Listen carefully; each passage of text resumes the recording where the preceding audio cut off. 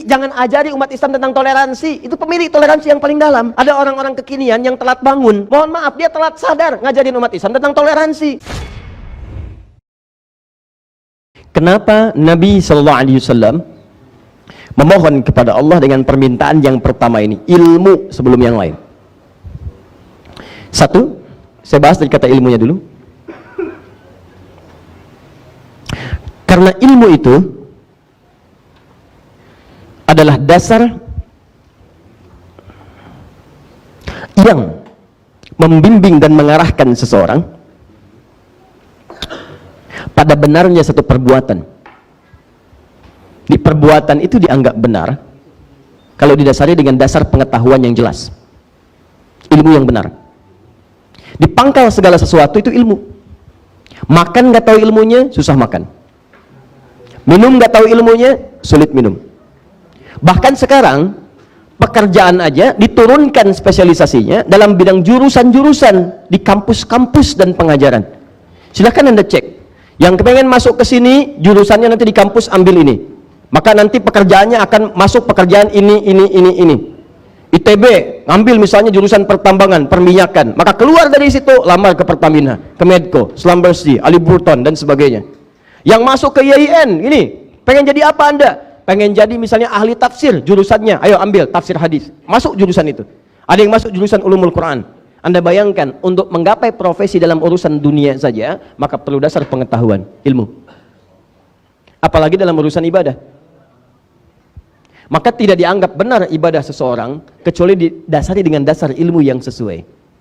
Karena itulah Imam Muslim menempatkan ilmu itu sebagai dasar benarnya dalam ibadah seseorang. Ketika seseorang menunaikan ibadah dengan benar, maka kata Imam Muslim, ini akan terkait dengan dasar ilmu yang benar. Buka nanti Sahih Muslim jilid yang pertama, itu halaman 119. Beliau membuat bab langsung, penamaannya Babul Isnadi Minad Din. Bab belajar agama dengan dasar ilmu yang benar itu tersambung sampai ke Nabi, itu akan menentukan benar tidaknya keberagamaan seseorang. Ad-din itu Islam, inna dina indallahil Islam. Di antara makna Islam itu ibadah. Hadis Muslim nomor hadis yang ke-8. Ya, antasyhada alla ilaha illallah wa anna Muhammadar Rasulullah, syahadat. Kemudian, maaf, wa tuqimas shalah, salat, wa tu'tiyaz zakat, zakat, wa tasuma Ramadan, puasa, sampai kemudian wa tahujjal baita in istata'ta ilaihi sabila, haji dan umrah. Apakah bisa orang salat kemudian tanpa ilmu? Mustahil. Orang kalau mau sholat pasti belajar dulu. Tuh. Tidak cukup dengan semangat, ya Allah, hamba ingin mendekat kepadamu ya Allah. Hamba bersemangat dalam ibadah, hamba taubat pada yang kemarin-kemarin. Besok subuh hamba sholat 4 rakaat. Sholat. Tapi tanpa dasar ilmu yang benar, keliru. Bahkan syahadat ini, syahadat pun itu harus dasarnya dengan dasar ilmu. Awas, hati-hati. Asyhadu an la ilaha illallah wa asyhadu anna Muhammadar Rasulullah. Apa cukup kemudian Anda langsung bersyahadat? Ada orang Islam mengucapkan syahadat dalam salatnya, ada non-muslim pengen kemudian masuk Islam, apa yang kemudian dikatakan oleh Al-Quran? Teman-teman, bahkan yang sudah bersyahadat pun diminta oleh Allah cari ilmu untuk menguatkan syahadatnya. Buka Quran surah ke-47 ayat ke-19. Fa'lam, maka Anda mesti punya ilmu, cari pengetahuan, belajar annahu, untuk menetapkan la ilaha illallah, tidak ada Tuhan selain Allah. Jadi kalau Anda nanti disoal oleh orang, kenapa Tuhannya pilih Allah tidak yang lain, Anda bisa jawab. Kalau Anda disoal kenapa kitabnya Al-Quran percaya firman Allah, Anda bisa jawab. Kalau ditanya kenapa Tuhan yang lain tidak dianggap sebagai Tuhan, Anda bisa jawab. Nah, kalau Anda tidak belajar ilmunya, disebut dengan ilmu tauhid itu, lisannya la ilaha illallah, dikasih Indomie pindah. Itu yang repot. Termasuk bagi yang ingin masuk Islam. Awas, saya sering ajak teman-teman untuk berdoa supaya teman-teman kita yang lain diberi hidayah. Tapi seseorang yang ingin masuk Islam diminta oleh Al-Quran langsung untuk mempelajari dulu. Belajar dulu, paham dulu konsekuensinya. Bahkan ada 3 syarat yang harus dikuatkan oleh pembimbing syahadat sebelum dia masuk Islam. Awas, hati-hati. 1, Quran surah kedua ayat 256, paling kiri sebelah bawah. La ikraha fid din. Tidak boleh paksa orang memeluk ad-din. Ad-din itu Islam. Inna dina indallahil Islam. Jadi nggak boleh kalau ada seorang mau masuk Islam dipaksa-paksa, baik halus ataupun kasar. Dibujuk kasih bantuan supaya masuk Islam, dosa. Yang bujuk dosa. Dengan yang kasar sangat berdosa. Hati-hati. Maka dari Islam itu ketika orang akan bersyahadat tanya, dipaksa nggak? Ada yang rayu nggak? Ada yang bujuk nggak? Dua, maaf ya, cuma di Islam nih indah sekali. Kalau yang masuk Islam ini masih punya orang tua dan orang tuanya juga bukan muslim atau belum masuk Islam dan anaknya mendapat hidayah duluan untuk masuk Islam, maka berlaku kaidah yang sangat tegas dalam Al-Quran. Diamanatkan sebelum syahadat dia. Buka Quran surah ke-31 ayat 14 sampai 15. Awas hati-hati ya, Allah. Lihat kalimatnya. Setelah Allah mengatakan wa wassaynal insana, paling kiri sebelah atas. Wassaynal insana biwalidayhi hamalathu ummu wahnan ala wahnin. Awas, wa fisaluhu fi amaini an ishkurli wa liwalidayka ilayyal masir. Perhatikan kalimatnya.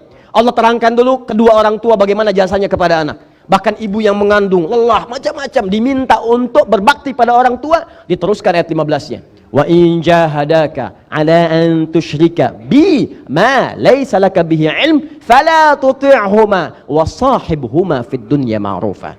Kata Allah, kalau kamu sudah muslim atau muslimah bagi perempuan, tapi orang tua kamu belum mendapatkan hidayah, lalu kamu dipaksa untuk ikut ibadah pada kepercayaan mereka, kamu boleh tolak dengan cara yang lembut, dengan cara yang lembut. Jangan ikuti kalau belum tahu dasar ilmunya. Tapi yang paling menarik, wa sahibhuma fid dunya ma'rufa. Tapi kamu jangan tinggalkan mereka dalam urusan dunia. Tetap berbakti kepada mereka dalam urusan dunia. Kalau punya harta, bagi. Kalau punya hadiah, berikan.